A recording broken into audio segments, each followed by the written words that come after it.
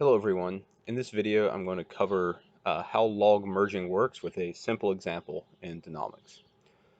So I've got a project open here and you can see I have a well header database and tops already in the project. However, I don't have any well logs in here, so I'm going to load some of those now.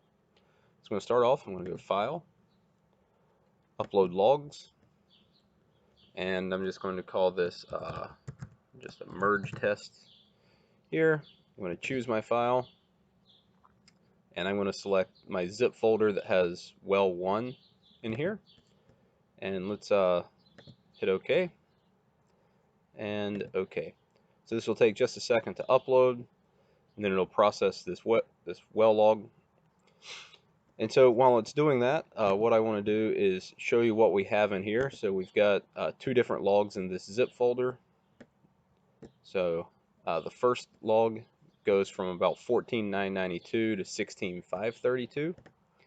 And if we look at this log, what we can see is we have the resistivity here and the gamma ray here, and we can see that there looks like there's some casing in here. We have very high resistivity values for the top 10 feet of the log or so, and very low gamma ray values.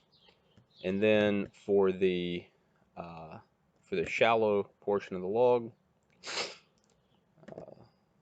what we can see if we scroll down to the bottom, we can see that same depth interval from about 14,992 to 14,999.5, and we can see that the resistivity values are quite low through here and the gamma ray values are quite high.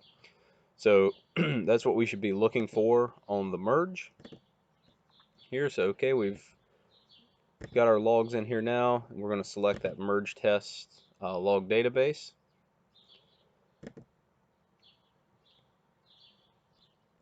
And okay, and when we do that, it's going to filter us down to one well that's present. Actually, this well's not in my well log database, so let me just turn that off real quick so it shows up. And okay, so what we have here under the log merging options, or we have merge, use first, and use last. Okay, so if I click use first, so the first log that was in there, that was the deep log that went in, and we can see that runs from around 14,992 down to 16,000. And if we zoom in just on the top portion of the log here, we can see that really high resistivity and the really low gamma ray. If I click on use last, this is going to be the shallow portion of the well. So let me zoom out here, and so we can see we've got this the shallower log data here.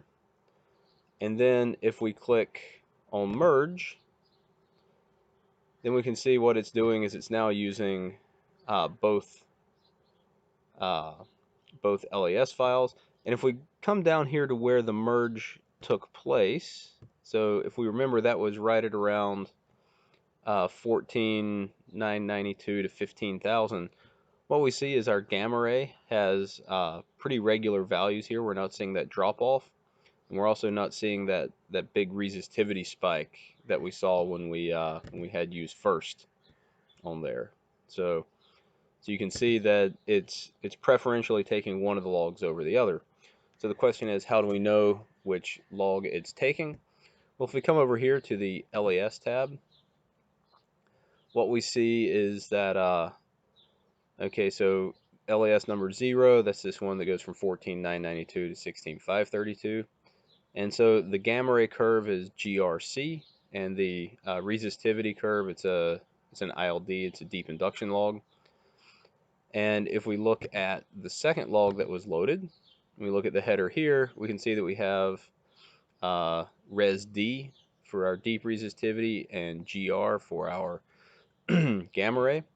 And if we come here and we look at our CPI config, and we go to our alias table, and if we come down here to gamma ray, so here's our gamma ray alias, we can see that gamma ray is first in our list. So when it's going through and doing its compositing, it's saying, okay, I'm finding the first non-null value, that's gamma ray. And then the second curve was GRC. And so when the gamma ray is no longer present, it says, okay, there's no gamma ray, there's no GRWS, there's no CGR, and so on until it gets to GRC, and then it'll start pulling the GRC values. And it continue to do that for every curve that has one of these mnemonics in there. Likewise, for the resistivity, as we can see, the res-D mnemonic is first in the list, and the ILD curves are lower here in the list. And so it's going through and it's preferentially taking the deep resistivity instead of the induction log. Okay, so that was our first example here. So zoom back out to the whole well. As we can see, the data looks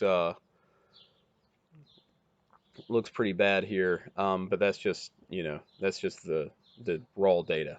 We can fix that later on. But let's say we want to add a second well log now. So how do we do that? What we'll do is we'll say File, and we will go Upload Logs again.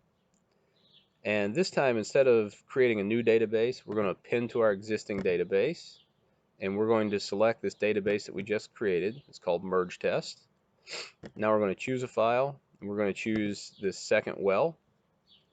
And we're going to hit Open, and then we're going to hit OK. And in this one, once again, it's going to upload, and then it'll process the append here. While it's doing that, let's okay, well that's finished now. And we'll see that when it's finished, it gives us this option to update our database. So now we're going to update to version 1, and we can see that a second well log has appeared here. So let's click on that second well log, and we can see that this well log has a gamma ray, an SP, a deep resistivity. We can see that we have what looks like the neutron curve, although the values are pretty out of whack on that, and we also have what looks like a sonic curve in there. So now the question is, which curves are associated with which here? So let's come back to our LAS, and so we see that we have SP, ILD, and a bulk density in here, and then in our run 2, we have a sonic, a gamma ray, a D phi, and an N phi. Okay, so to maybe make this a bit more obvious what's going on here with our merge, here we're just going to add a curve here. We're going to add a curve, and we're going to add D phi. We're going to call that D phi, and we'll put that on a not sure what the scale is here. We'll put it on 0 to 1.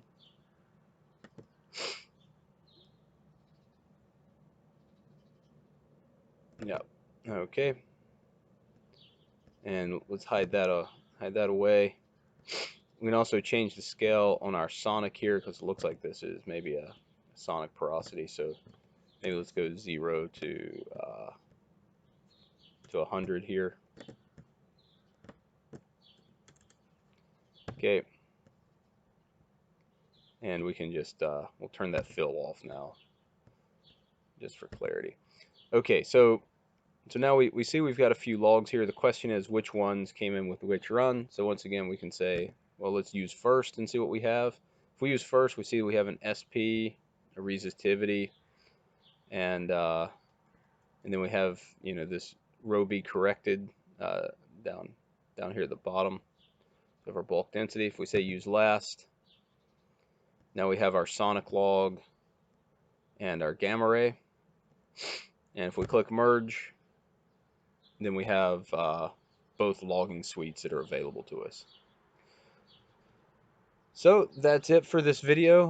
What we've demonstrated here is how we pull well logs in from different LAS files and how those splice or composite themselves together. I prefer the term composite to splice, because we're not doing a manual splice here. We are instead compositing well logs together.